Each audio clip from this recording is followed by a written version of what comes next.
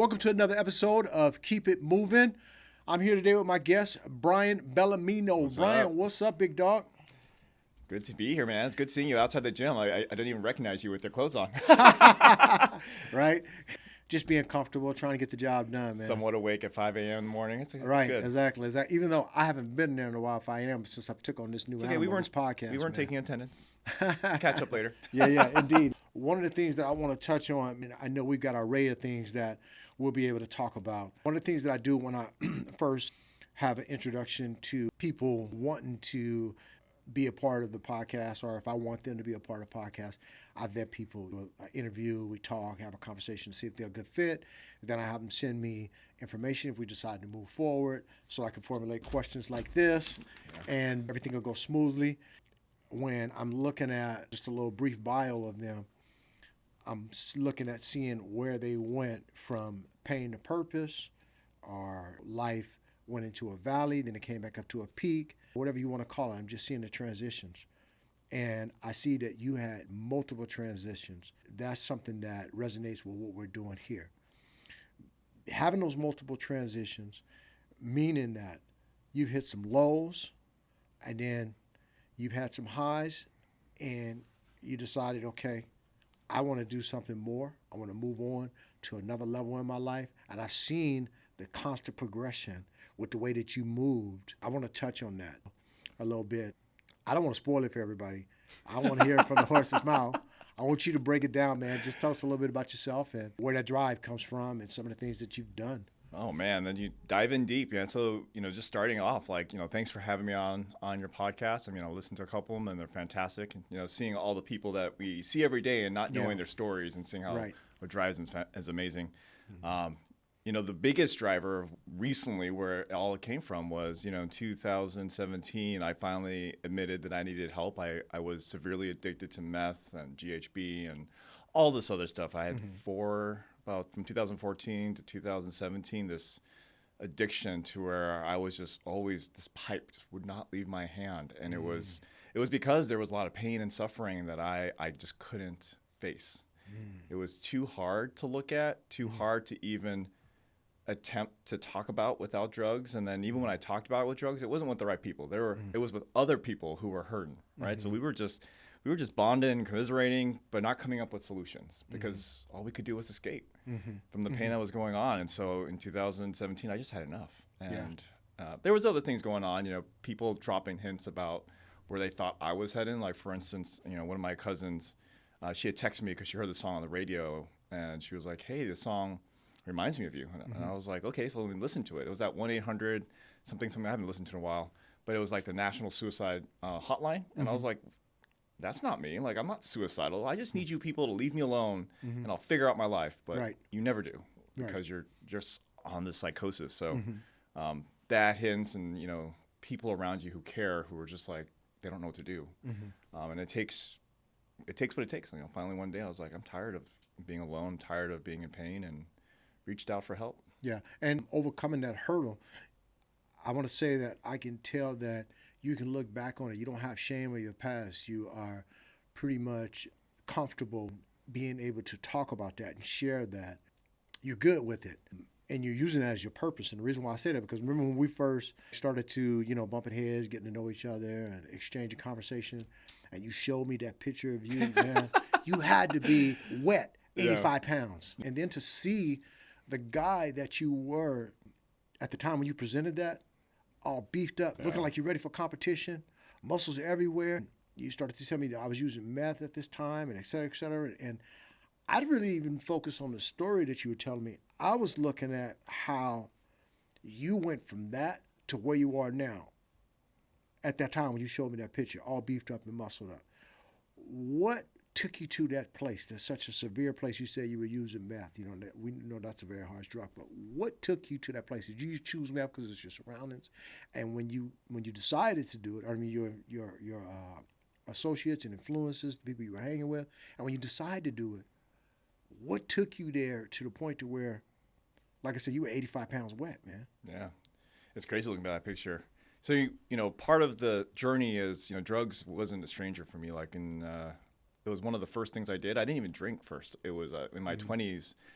when I was actually 20, a friend took me to a rave and, gave me ecstasy. And that started kind of this whole like 20s to 30s, this whole lifestyle of going to raves, going out to West Hollywood, and then trying to have a job and go to school. And it kind of, I like to say I'm on the life track. It kind of extended everything I was trying to do, but I got through it somehow. So the drugs were familiar with me, but I never did meth before or intentionally did meth. So it wasn't like until my 30s when I had finally grabbed what I considered a professional job. I was working as a pharmacy technician, and it's a solid career. You're helping to take care of people. I was working in the hospital, but I consider myself as, this is still the stepping stones. When I finally got this corporate job at Kaiser, I started to slow down and really focus on how I could grow as a person, where do I want my life to go. And then a couple of things happened. Like one, as my career was shooting up, like the insecurities of being in corporate America, right? That's imposter syndrome. I didn't know how to deal with it. Like I was just like, oh, wait till you see the house of cards fall apart. And then the other part was also dealing with just personal life. There was financial issues that me and my family were working through, and then trying to date. Just all the things that happened. It just kept piling up because I didn't have a way to talk. I opened up to some people, but it was superficial. How you doing? I'm good. So you really didn't have somebody that you can really confide in, and knowing that you can talk to them about some of your innermost secrets, that they're going to keep it to themselves and not, blab your shit out there. I have really good friends, people who I've grown up with that I trusted, but I didn't trust myself. So how could I open up to them? Right. So when stuff started hitting the fan, so in 2013, I found out I was HIV positive, which by itself wasn't so bad. We lived through the 80s and 90s, and it was scary when I first heard about it and got my labs. But after the doctors talked me off a ledge, I was fine. Yeah. You take medicine, and I'm going to live forever. Right.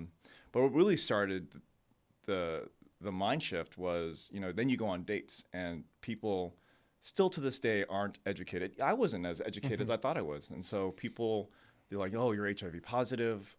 I don't date people who are tainted. I don't date people who are dirty, contaminated. You hear those words, and for someone who's still struggling to put their identity together, it's like, damn, like you're something that no one ever is going to want to be with you. You're dirty or contaminated, dirty, contaminated. Like, who wants to hear that? Rejection's hard enough. Wow. Now you're on another level of like, just if someone touches you, like you're going to contaminate the whole world. So that was one of the factors. The job that I thought was going to take me places, I didn't listen to my intuition. I didn't trust myself. And so as the department shifted and started to swing down, I was so loyal because that was my identity. This is you talking about the job. Yeah, the job. And I went down with it because I didn't see my value, that I was separate from the job. So I was going to go down with it because who else was going to hire me? And then finance is a lot of things. So all of that perfect storm put me in a headspace where it was just like, well, I don't want to do this anymore. So wait a minute, let me ask you this. So when you have the HIV virus and you apply for jobs, do you have to disclose that? So they're kind of separate, but they all go together, right? We have to. So you don't have to disclose it. I mean, especially nowadays, it's a chronic condition. So you take medication as long as you're healthy. It's manageable, just like cholesterol and everything else. Got it. However, it's what we call the stigma. People still view it as this thing that is going to take everyone down. Like, we're dirty, you can't touch us. Don't mess with them. Like, you'll get infected too. Right. And that's just not the case anymore. What is the case? The case is we take our medication. The viral loads start to go down. Our T cells get healthier, and then at some point, once you're stable on your medication, it's what they call undetectable. And there's this whole push to be undetectable equals untransmittable. And so even I'm going to use this loosely, and people can look it up. Even if I bleed all over you, because the virus is the level of virus in my blood is so low and undetectable, like it wouldn't infect you. And that's what we want. We want people who are controlled under care of a physician, because then it stops transmission. If you're having unsafe sex or if the condom breaks, your risk is zero at that point. There's other things out there that you can still get, right? Other STDs, but we stop the spread. Okay. So I can imagine, like, you work out religiously, man. I mean, it's part of your life, and it's obvious. We can all see that. But I went to the gym before this, just full transparency. Yeah, I went and got it in too. Yeah. You ain't alone. I went today too. But I'm going to assume that, a healthy, clean diet, working out, keeping your stress levels low, smiling and laughing and having a great time in life and just being happy, being in a positive place, it also helps, right? Along with the medication that you take as well to keep it low, the levels low, right? Yeah, it's all of it plays a role, right? So the medication will help keep the levels low, but then now I'm just like everyone else, right? We have hypertension, we have cholesterol, all these other things that we still got to manage. And because I already have this, and even though it's managed, I don't need to add to it. So work out, eat right, take care of my mental health, enjoy life, and I'll live, till 90, hopefully. So for someone who does have the virus, if they don't have a good health care plan, with that the state or the country, the nation would make it mandatory to make sure that you can get the meds that you need in order to be able to keep it low, because they want to be able to help contain that as well, right? I'm talking about from a government level, right? Yeah, so there's a lot of programs out there. I mean, California is one of the best, right? So there is a separate program that will make sure that you're getting your health care and your treatment, because again, like the whole goal is to prevent the spread of HIV, which causes AIDS. And so California's really good at that. I'm sure other states have similar programs, Medicare, Medi-Cal, if you can't afford it. I think the crux of it all is that there's help, and just go and ask, and you get what's owed to you. I mean, we pay taxes, we live in this country, we do our duty, and so they're there to take care of you. And it might be harder in some states. But I think there's ways that you can get around, and definitely a lot of nonprofits that are willing to step up and help. Yeah, I was going to say, I can imagine there's quite a few nonprofits out there that probably are advocates for getting people what they need in order to be able to save their life and prevent the spreading of it to other people, and affecting other people's lives and taking lives. Now, you mentioned to be able to keep the levels low to where it doesn't transmute over into AIDS. What does that look like? How does that, for somebody who doesn't do all that they need to do, how does it transfer over to AIDS and the virus? It's like, trial and error, learning things, and people just dropping left and right. Good thing we're in a place now they were able to figure it out and, be able to assist people to the point now to where that transition is not so, those numbers aren't so high. You don't see as many people walking around with the AIDS opposed to HIV, which you can live with. What are the chances of that? Well, it's, I don't say guaranteed, so I'm not too familiar with the whole pathway. I just know that, if you're not maintaining your HIV levels, the HIV virus starts attacking your immune system. And that's really where you get AIDS. AIDS is your immune system compromised. And so as the virus is attacking your body, your immune system goes down, its ability to protect you against viruses. And then at some point, there's levels that they can, you can go on WebMD and stuff, and as long as you're in your lab test, you can see where they think you're compromised enough.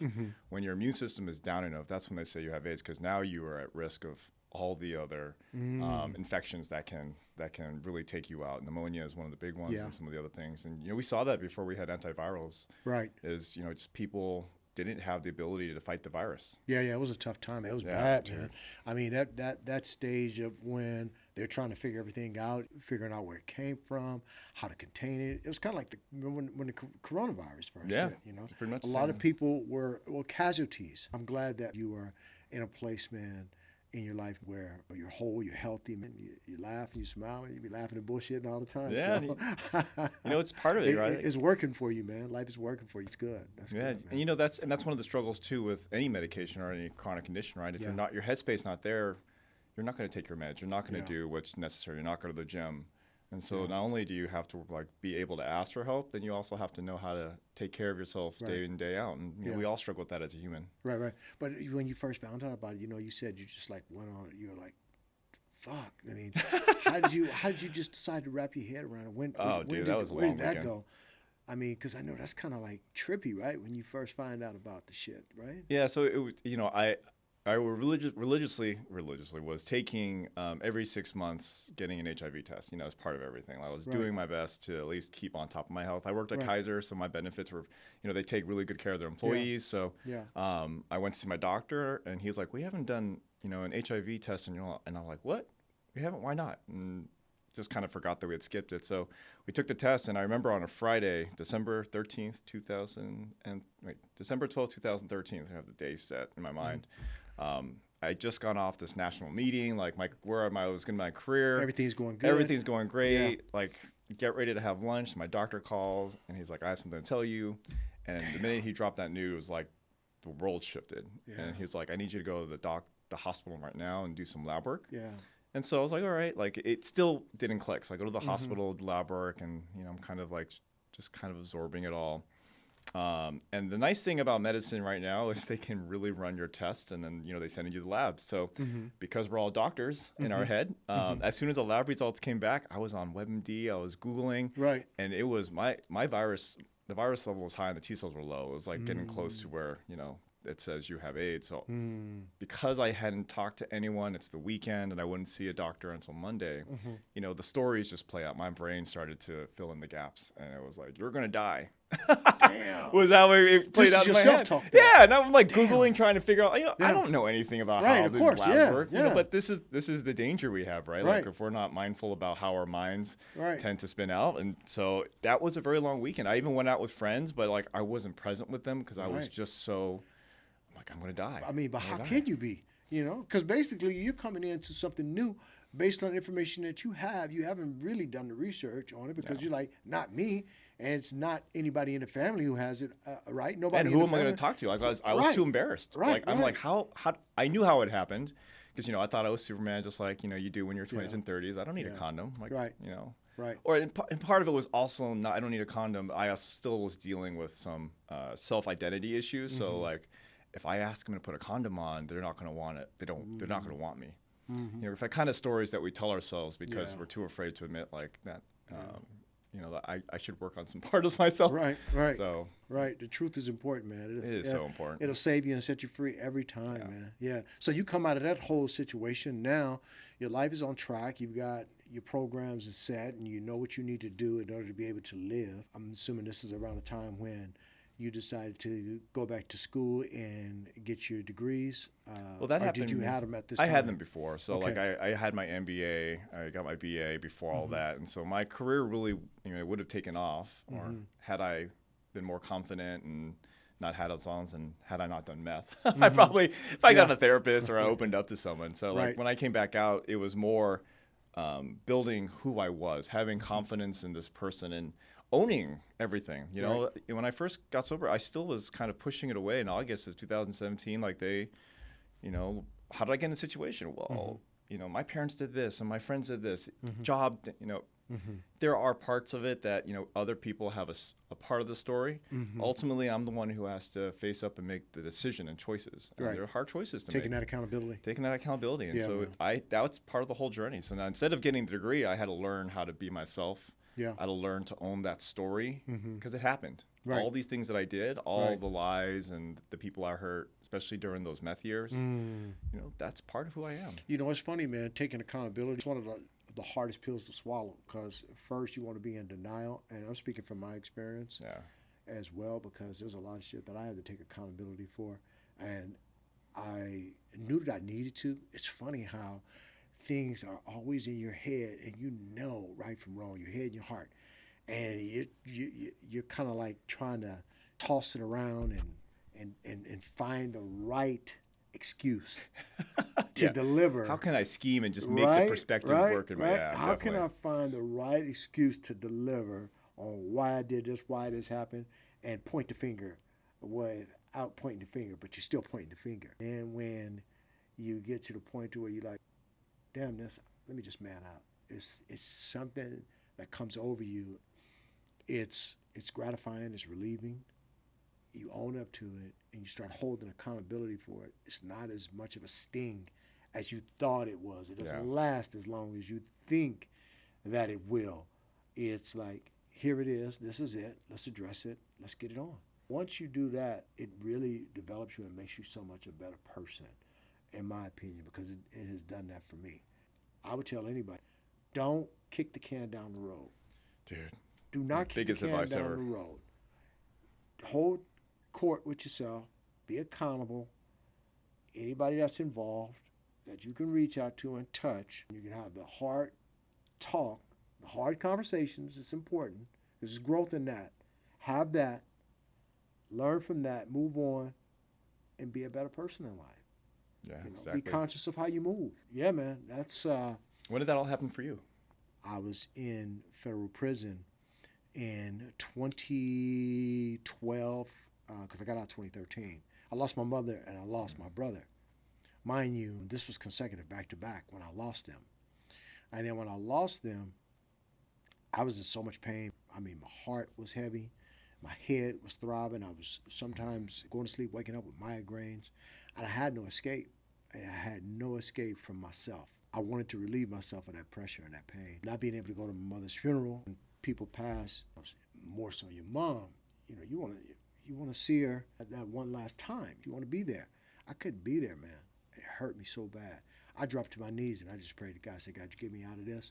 I'll never look back. I will never do anything that's going to bring me to a place like this ever again. When I got out, never looked back, man. That's been since 2012, 2013. Oh, never looked back, man. All the time in the process of that correction, you're looking at yourself because now you've made this commitment, but you got to look at yourself and all other areas of life too. The things you need to be responsible for, you got to take inventory of yourself.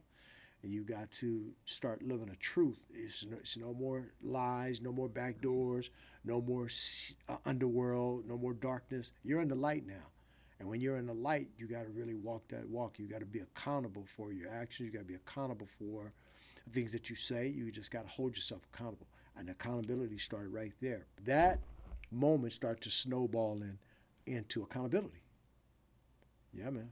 Yeah, no, thank you. I mean, it's a lot of stuff and a lot of heavy stuff to go through. And I never would have guessed, we're at the gym working out and, just the people next to us, we never know their stories. You never know their stories, man. I did a episode with a guy who was homeless. Jose, he was one of my third episode. He was homeless out in Ventura at the beach, over at Venice Beach. Yeah. Not Ventura, but Venice Beach. He came from Ventura. He used to work out there, strawberry patches, and he was homeless. He got his life together, turned it around, and I met him at GNC. I was going to GNC to get my vitamins, and I was using some other vitamins with like another brand, the Mega Men, and it just didn't register with me. I think I built a tolerance for it, so I wanted something different. And I started talking to this guy, and he was so genuine. He was just real, and we clicked, and I had him on third person. As I started to talking to other people, I'm going somewhere with this story. just hang with me. As I'm talking to other people, and he's introducing me to other people, when I first started, I was like, there's not too many people who want to talk about their dirty laundry or the bad side of their lives. And I was wrong. As I'm doing this and developing this podcast, I'm running into more and more and more people that when you look at them, you never would have thought that person was that person that went through what they went through and got it all together. And that's the reason why I do what I'm doing. And I named the podcast Pain to Purpose, because we all have been through some things that have had us at a low point in our life, and we picked it up. That's monumental. It's big. And I'm speaking from experience again. It takes a lot to pull yourself out of these places. It's just a good thing to be able to talk to people that are willing to share and be able to help other people not make a monumental mistake, but minimal. Because there are people who will learn from the things that we talk about. Yeah. Their next move may have been one when they ended up turning their phone off or turning their laptop off. They were going to go do something monumental, but after listening to us, now it's minimal, or they may not even make that mistake. Yeah, it's just dropping seeds. It's just like whatever you're doing, you hear a person, you're like, that person's just like me. Right. They don't have it all figured out. None of us have it all figured out. Mm-hmm. But we're here to learn, and we're admitting where we've done things and where we're going. People resonate with that, cool. Yeah. And maybe if not right now, they don't resonate. At least they'll know in the future if they need help. They're like, oh yeah, remember that guy. And the good thing about the podcast is that the episodes, I load them up on YouTube. The one thing is that people can go back and they can look at different episodes, or if somebody even runs across it and they find one interesting, then they can dive into more and more and more. And that's the thing that I like about it. Yeah. Because the information will be out there for them to grab onto and hold onto it and be able to run with it.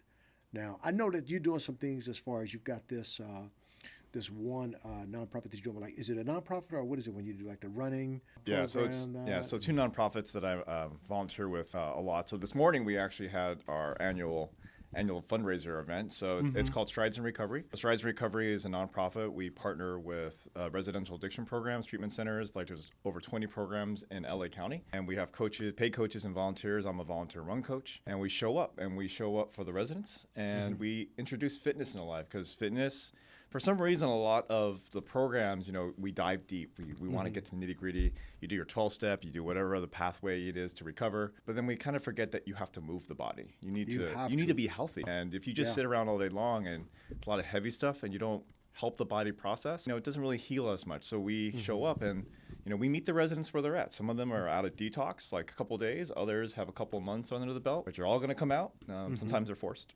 They're required. But other times it's like, look, just walk. If you can't do anything today, we're just going to walk and talk with you. I generally run with the people who want to run. And it's a little different than going to a meeting. I try to keep it to where, because they go to meetings every day. They're always talking about their drug stories and their past. So it's like, hey, let's go outside. Let's go for a run. And like, you know, what's going on, man? Yeah. Let's enjoy life in this moment. And as we're pounding payment, and I'm trying to keep you from realizing how tired you are. Right. But it's a great feeling. So we had our annual 5K this morning. Over 600 people registered. It's getting bigger and bigger, and it's both. All the teams come together, so it's a great opportunity for them to not only cross a finish line, get a medal, but we also have the running community that comes. So anyone can come join. It's called the Palos Verdes Trails 5K, and people just go, wow, they're here cheering for me. They don't know anything about me, but they're there going like, you can do this, cross that line, you know, just one more step, one more mile. And you can see the light come on in their eyes, because they're doing something that's different and new, and it's healthy. And it's healthy, and they're getting a new high. Getting a new high, yeah. We are getting a new high. Chasing that high. Them endorphins and get that adrenaline going, man. Get that shot of dopamine. It's nothing better than that when you go to the gym, you're in your workout, you finish your workout, or you're doing your run, you finish your run, and you get that feeling. It's no better feeling than that. It's so easily accessible. I mean, you know, a lot of things you could pay. You can be you go to the best gym, or you can go to yoga or something. But like all you do is lace up, do some push-ups, go outside, walk. So that's all we're trying to encourage them. Like, just start moving and seeing what the world looks like outside of the phone, outside of your head. Is that something you guys do every week, or what's the deal with that? So depending on the programs. I know it's annual today, but you do it every week or something? Yeah, so we the coaches and the volunteers, all the houses have at least one program a week. Sometimes if they can or they want to, some of the programs are really, really gung-ho about it, because they see how much residents benefit. Yeah. They may have 2 or 3 sessions. And so, you know, it's just an hour and a half. We show up, you know, go through some warm-ups, and then we just take them out for a walk and run. You know, then, you know, it's also encouraging them to try something new, right? So maybe you're not ready to run. Okay, let's walk a couple times. Right. I see you're moving a little better. We jog a bit while we walk, run, and then, you know, sooner or later, some of them want to start running because one, they see their friends running and having a good time, or laughing, or whatever's going on. Right. Or they're like, you know, I'll take this. And we've had people who just pick it up, and all of a sudden now they're running half marathons. So we have a LA Marathon charity team. So if you're all looking to volunteer or donate, we're coming up in LA Marathon. A lot of us are either volunteers and coaches, or like our clients, man. They just want to see where they can go. And it's great, because I'm like, all right, man, you're doing a lot, but we're here to support you. And we're here to support you too, here to Keep It Moving. We'll put the link at the bottom of the episode. Thank you. And then, like, you know, we share the shorts. You know, you and I follow each other, so you've seen what we do with all the other people. It on. That's what we're going to do, man. We're going to put it out there like we always do, and make sure that the message gets across, and people get wind of this story, and also your organizations, because there's many people out there that I know can benefit from it. There's somebody, like I said, somewhere looking for help, or don't know the direction that they want to go into, and don't even know where to start. Going through scrolls, run across that and be like, oh, wow, okay, where can I find this? Where can I go? How can I do this? And our job is done. The mission is to help as many people as we can. I used to say, if I touch 5, now it's like with 8 billion people in the world, if I'm touching 1 million or more, then we're rolling. We'll get there. It is. We're going to get there. It's like the good side of mid-level marketing, right? Right. You bring 5 friends, and you share the. That's right. We'll get there. We, every day, just planting the seed, brick by brick, and that's what we're doing. But right now, if we touch one person, our job is done. And I can imagine what you have in a psychology major, right? Yeah. An MBA, and that helps a lot with what you're doing as far as organizations and with work, right? It does. A lot of ultimately, like, you can learn all these skills, and some skills, take years of schooling if you want to be like an astronaut or an engineer. Like, but a lot of the things that people think we do in corporate world, you gotta learn process, you gotta learn your industry, but it all comes down to relationships and people. Like, People. if you can learn how to work with people of all different types, you learn how to use your strengths and where to show up your weaknesses. That's for me. I'm like, oh, did I have to spend $70,000 to get my? I had to. I bought my 10 friends and a task, and a lot of things that there is just it's how do we learn to work with each other? How do you learn to show up and ask for help? And then are you willing to learn? Gotta be willing. That's true. You got to be willing, man. College is not for everybody, which is true. But for those that do go through the process and that it is for, the thing is to make good with it. Do everything that you can, in my opinion, to be able to utilize that, to be able to make this world a much better place than what it is for us to live in, continuously evolving and growing that. Like they got a big project they're doing right now at LAX, getting ready for the whole LA, actually, getting ready for the World Cup and also the Olympics in 2028. It's gonna be party out here, right? But in traffic, but party. But look what they're doing. They're utilizing that. A lot of those guys have been to college, got the degrees, got the skill set. They're utilizing that to build a city up, utilizing those degrees to build people up. It's the same thing, to evolve us and make us better people. And I see you on that path, and you're doing that, which is great, man. Yeah, it's great. I appreciate it. Thank you. And it's not just getting a degree, right? I like what you said earlier. Some college may not be for everyone. Right. It's up to each one of us to realize, like, okay, maybe that's not the direction I want to go, even though my parents or society says to go. Like, cool. Right. I still have a responsibility to figure out how I'm going to contribute to the world. And no matter if you pick up a trade or you go to college, all of these are ways that we are helping each other in the world. And electrician or whatever it is, you still are doing the same things we are. Like, you've learned a skill. Now, how do you pass it on to the next generation? How do you make people feel like they're valued and seen? How do you build these families and communities that pick each other up so that we can have these events? We don't have to go through these tragedies that we seem to be seeing every day. If we learn to do it, that's a grandiose idea. That's the responsibility we have. You don't want to go to college? Fine. Yeah. Awesome. How do you want to contribute to the world? What gifts do you want to give? And then share it. One of the things that I noticed with you is that in the midst of those, those peaks and those valleys, those highs and those lows, you've never stayed in a place where, okay, I'm content with where I'm at. Like, working as in the pharmacy as the pharmacy technician. You went from there, you went back to school, you went to Chapman, you got your MBA. You constantly made these progressions into a higher level in life. A higher position in life. You're constantly just, stacking it up to elevate. Where you are right now, is there anything for the future for you plan? Anything you're working on that you want to? That you gotta ask these questions. My boss asked me for a 3 to 5 year plan, and I'm like, I'm just trying to get through today.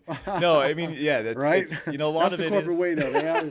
What's your plan? What are you doing? When I was out, I used to do it every year. Yeah. Like, what's the next move? Where do you want to be next year? Man, that's the question right now. Like, where's your career going? I'm like, I don't know. Honestly, I don't know. And that's a good place to be. Curiosity, like being open to it. Also, like, we do have to make a decision. Right. Like right now, I'm looking. I'm 45.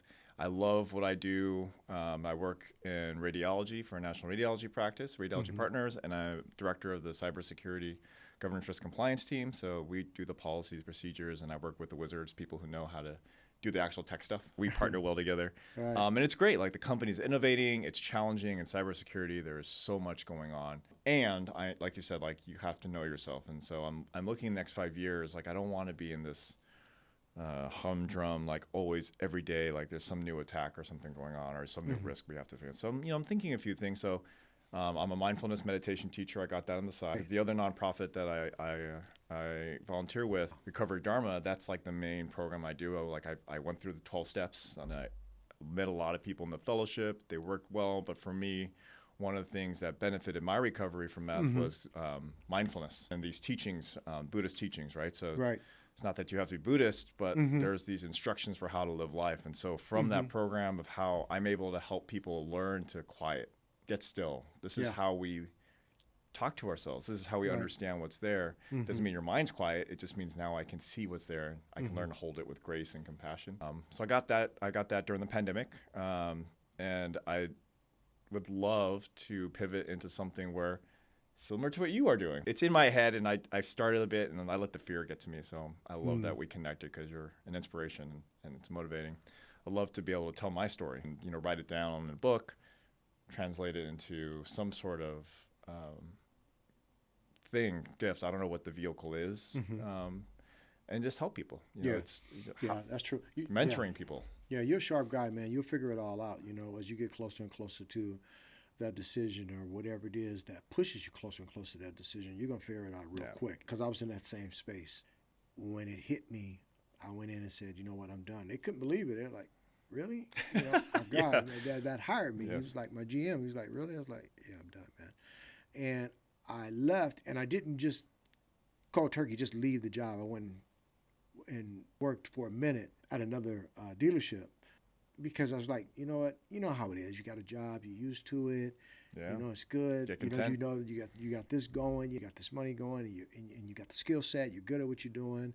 It becomes easy to you after you've done it for 7-8 years, like I did it. It's like, okay, maybe that was just a day. It was just like I was going through something. I'm feeling something. You know, it was just an emotional attachment to a decision. And as time progressed, now it wasn't an emotional attachment to a decision. It was real. This is what I need to be doing. Yeah. This was my purpose. So I jumped off that and jumped into doing what I'm doing now. And, you know, I'm saying that to say that right now is the time. It's so easy right now to start a business. It's so easy to do whatever it is that you want to do. But it's so easy to do nothing too. Oh, so easy.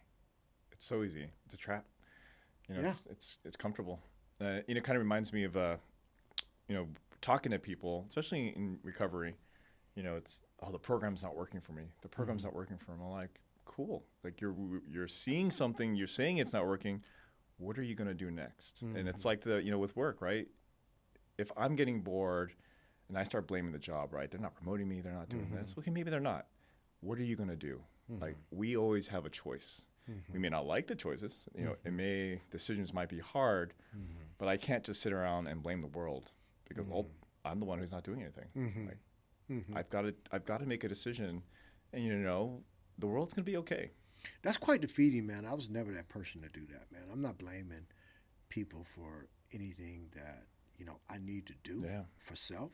You know, I think a lot of it comes from self-love too. When I look at myself in the mirror, I love who I am, and I think about who I am as a person, and this experience on this physical plane, this earth.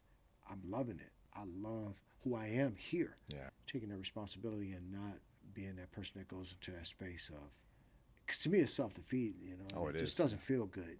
And I could never be that guy.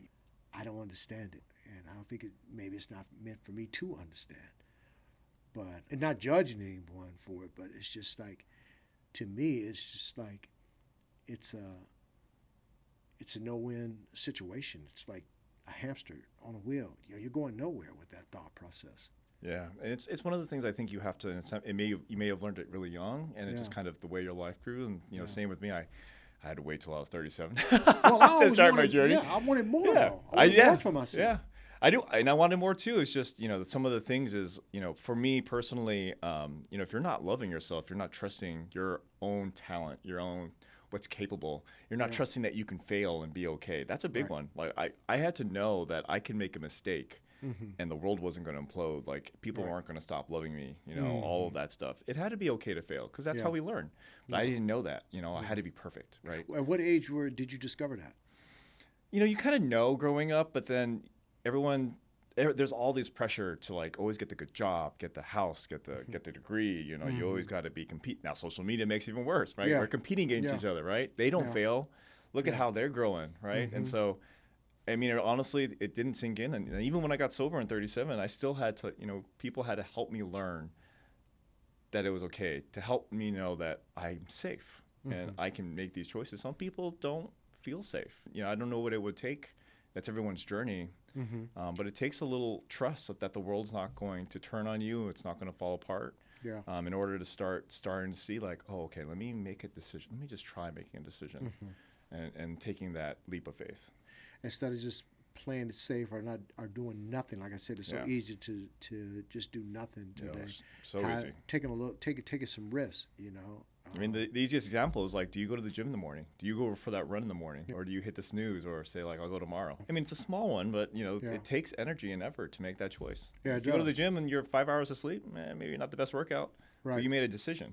You made a decision to go. Right. Yeah. And speaking of 5 hours, been plenty of times, man, because I do my own editing that. I've been to the gym, believe it or not, man, on 2.5 hours sometimes. But I still make it to go because I know once I've done this, I get the hard stuff out of the way. I can always get back to sleeping. I can go to sleep, but I got to do what I got to do. Yeah, and we make those choices, right? We decide what's best for us, and you act. And, we take that motion, and that's really, we can learn everything. We can read every book. We can see all the videos. We can talk to everyone. Right. But if we're not putting it into action, we're not taking ownership of our actions, then you're just you're just spinning like we talked about, and. Then I start blaming other people, and I'm not progressing. Right. It's going to be crazy. We're going to look back on this, and we're going to be looking at this. Could be like, man, there was a lot of accountability conversation happening. One thing that I've learned about these episodes is when I have the guests on, we may put our heads together and say, okay, this is how this is going to go. We're gonna run it down like this, and we're gonna touch on this, and they just spin off into their own energy and whirlwind of topics and conversation, which is good. Yeah, that's the beautiful thing. Because it's natural. I think at the end of the day, man, we covered a lot on accountability. It's funny because I didn't even think about taking this path. But accountability is good. For those who do watch this, I'm hoping they take away from this that to be accountable is heroic. Would you agree? Oh yeah. I mean, the one thing is, we do have to be accountable. We're ultimately responsible for our own happiness and our own suffering. Yeah. I don't make the choices, someone else will. I got to live with that.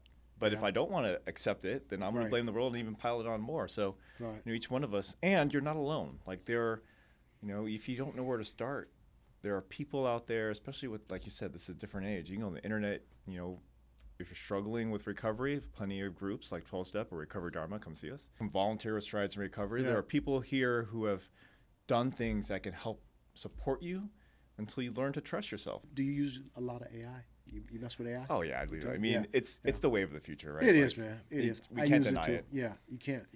But just learn about it and put it into practice and in your life in a way to where it enhances your life and gets things done for you.